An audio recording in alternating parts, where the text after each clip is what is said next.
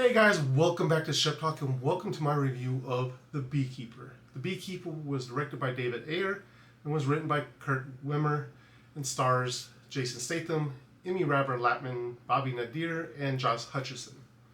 The Beekeeper has a runtime of 1 hour and 45 minutes. Quick synopsis.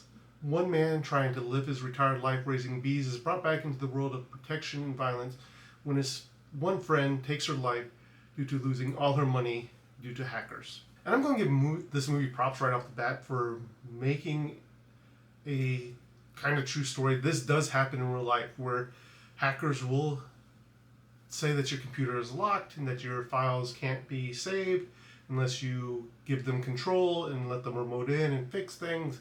And they do get you to either transfer the money or they do get access to your accounts and transfer it without you even knowing it. And it is a real thing. There's plenty of YouTube channels that I watch all the time about people trying to help these people not get scammed or get their money back. Sometimes they can help, sometimes they can't. But it is great to see that storyline brought in. Again, though, you know what you're getting in these types of movies. You're not going in there for a great plot, a great storyline. They pretty much use that as a catalyst for Jason Statham to do what Jason Statham does. And he is an action star. You're going to these types of movies because he's been cast so many times in the same role pretty much. As someone that, something happens, triggers him, and he goes out and kicks some ass. And that's what you're getting in this movie. If you're going to this movie for something else other than him beating down bad guys, then I don't know why. But this is a movie that you're going there for to see what kind of crazy action scenes that they're going to throw at you. And they don't disappoint with the action in this movie. They had me oohing and awing so many times with this movie that you get it. It's over the top, unbelievable action scenes. But they do such a good job and you're just so into it because there's some cool scenes going on with. One of the things I'll say I was disappointed with was when Statham's character, Clay, comes up against someone that should be on his level due to the position this character embodies. But they don't. Like, the person is very like a caricature, very outlandish, and seems to be like mentally unstable as well. Clay takes care of this character really fast, pretty much. And it sucks because, to me, if this character is supposed to be on the level that Statham's character was, then this fight should have lasted longer. This fight should have been one of the ones that is like really stand out. And sadly, the only reason it stands out was how caricature-esque that character was. And it just didn't sit right with me. I was like, man, for what the character is supposed to be, it felt like a letdown.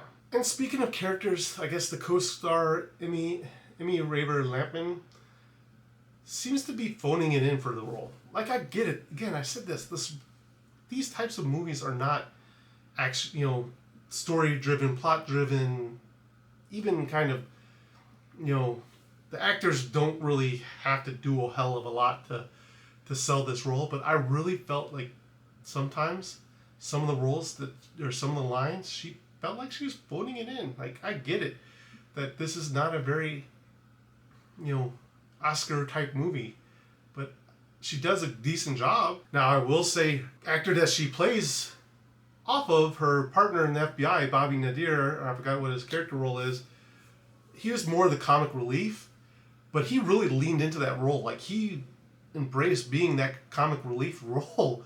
And I thought when he was on screen and he was doing what he had to do, he was selling us a performance, and I enjoyed watching him and seeing some of the things that he did. There's one scene between him and Statham that I just laughed. I was like, bro, that was like kind of perfect. And then we get Josh Hutcherson's character. Now, he doesn't, again, do a bad job in the role that he has. He plays an over-the-top spoiled tech brat who is using pretty much his family's money to do nefarious things, and he falls into something that's over his head, and he's trying to use his mommy to help and, mommy's company and stuff like that. But he does kind of give it to you. Like, I'm not going to say it was a great role or a great performance, but he does kind of try to sell you that bad person, his bad character, why he's making these choices.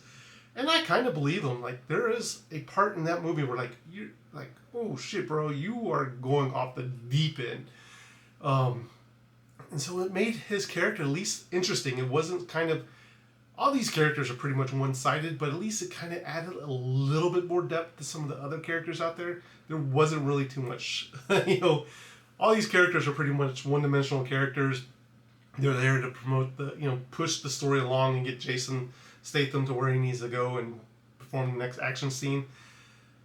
And I get it. For a lot of people, that could be hey, we don't really need to give it 100%. We can try to finally phone it in.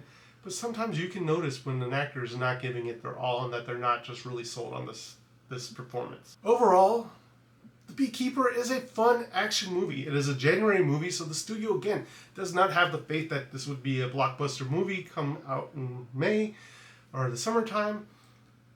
But this is one of those movies where if you want to go in, turn off your brain, and watch some great action scenes, I think you're going to get that from this movie. It's Statham doing what he's been doing for like the past 10 years now.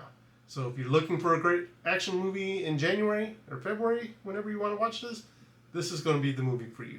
But guys, with that being said, Shep Talk gives The Beekeeper 3 Sheps out of 5. Have you seen The Beekeeper? Let me know. Do you agree that it is a good action movie, at least for the time period that we're in right now? Let me know down in the comments down below. But guys, that is all I have time for today. Thank you for watching. If you haven't done so already, please remember to like, share, and subscribe. It does help my channel out greatly, and I do truly appreciate each and every one of you.